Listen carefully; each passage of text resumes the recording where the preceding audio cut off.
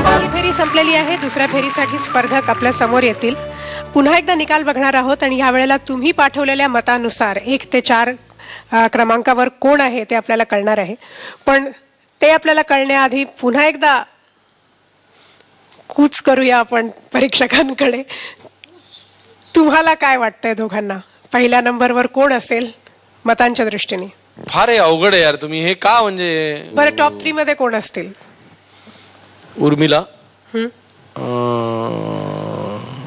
कारण तिला कायमच मतं जास्त मिळतात. स्वरदा, कारण तिलाही भरपूर SMS कायम येत असतात. तिला मी कारण विचारलं त्याचं, कसं काय कॅनव्हासिंग करतेस, तर त्याला तिने सांगितलं आमचे नातेवाईकच एवढे आहेत ना, असं तिने मला सांगितलं. तिची ही मतं भरपूर असू शकतात. आणि मृण्मयी, कारण अख्खं गोवा पेटून उठलेलं आहे, त्यामुळे मला असं वाटतं की हे 3 टॉपला असतील SMS च्या बाबतीमध्ये.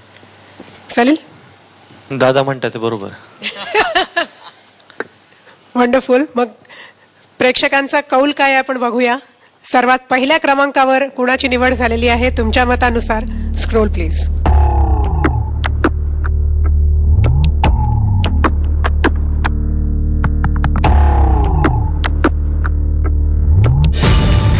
स्वरदा गोखले.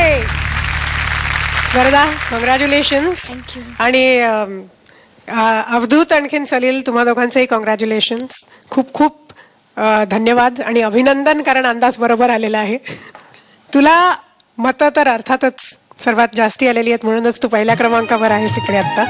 आणि सगळ्यांना जेवढी मिळालेली आहेत त्याचे 1/3 जास्ती मतं तुला मिळालेली आहेत. सो कॉंग्रॅच्युलेशन्स आणि मस्त गाणं होऊ दे.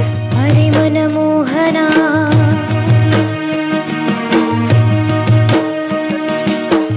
अरे मनमोहना, कळली देवा तुला राधिका रे राधिका, कळली राधिका रे कळल्या गोपिका, साधी भोळी मीरा तुला कळली नाही, तुझी माझी प्रीत कधी जुळली नाही.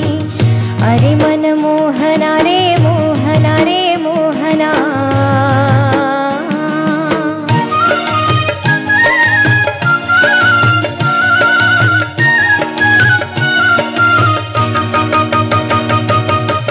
सात सुरावर तन मन नाचे, तालावरती मधुबन नाचे.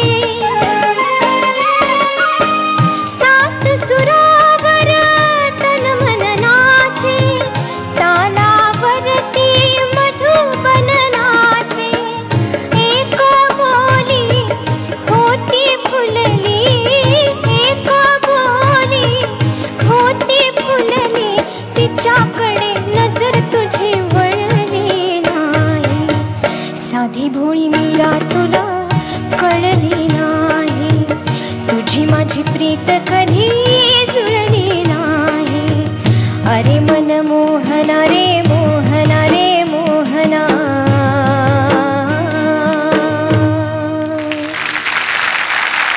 Very nice. मला सांग, पहिल्या नंबरवर कसं वाटतं? छान वाटतंय, तिथे आपला फोटो बघायला छान वाटतं. वंडरफुल. छान गायलीस. तुझ्या आवाजाला सुटेबल गाणं होतं. फक्त सूर कन्फ्युज्ड वाटले, थरथरत होता आवाजाचे. I don't know what. थोडंसं कॉन्फिडेंटली गा. जसं अवधूत म्हणाला की अजून सुराला चांगलं होऊ शकलं असतं गाणं. मुळात कॉन्सन्ट्रेशन लेवल खूप जास्त पाहिजे, की आउटर ज्या गोष्टी सतत घडत असतात, की SMS रिझल्ट लागला, असं झालं तसं झालं तसं झालं, तर ह्यानी चेहरा तुमचा बदलला तर हरकत नाही, पण सूर स्थिर राहायला पाहिजे.